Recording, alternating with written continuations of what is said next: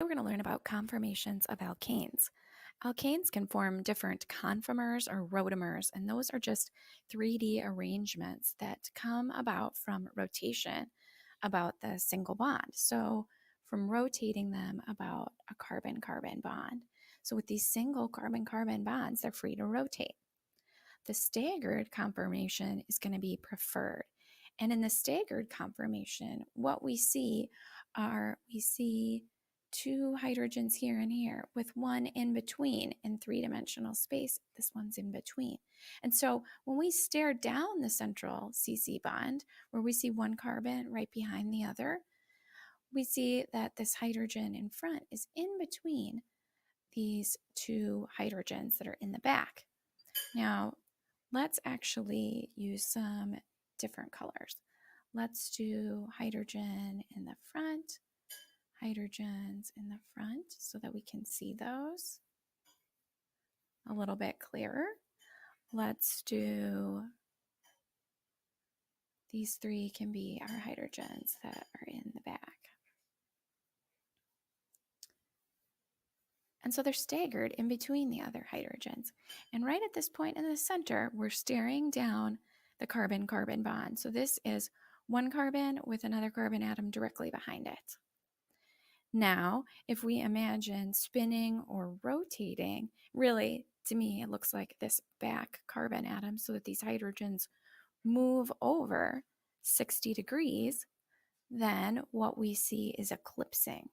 We see these hydrogens directly lined up. So my back hydrogens are totally lined up with my front hydrogens. Here's my three rather that are in the front. And so they're lined up or eclipsed. And this is not favored because there's a lot of overlapping of electron clouds here. What's on the outside of the atom? Well, they're electrons.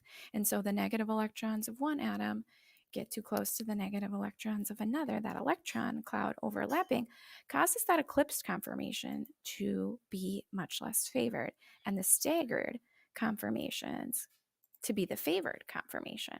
This is why we see all of these zigzag structures drawn for straight chain alkanes, because they really prefer being zigzag, because being zigzagged naturally makes the molecules completely staggered. Torsional strain is used to explain why these alkanes want to be staggered. As you move from staggered to eclipsed, there's added energy, 3 kilocals per mole, and that added energy or increase in energy is due to torsional strain, due to the fact that these electron clouds are going to have more overlapping when they're eclipsed. And they're going to repel, and so therefore the eclipsed is going to be a higher energy structure. If you put larger groups on the molecule, that makes the strain even worse. Let's say that this were a CH3 and it has another CH3 behind it. Well, that would be due to a 1, 2, 3, 4 carbon chain. Let's say it's butane.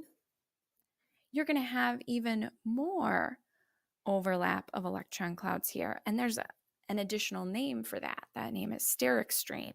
So putting larger and larger groups in that eclipse conformation adds steric strain on top of torsional strain and makes that eclipse conformation even less favorable for something like butane. You'd have to add in even more energy to go from staggered to eclipsed in the case of butane.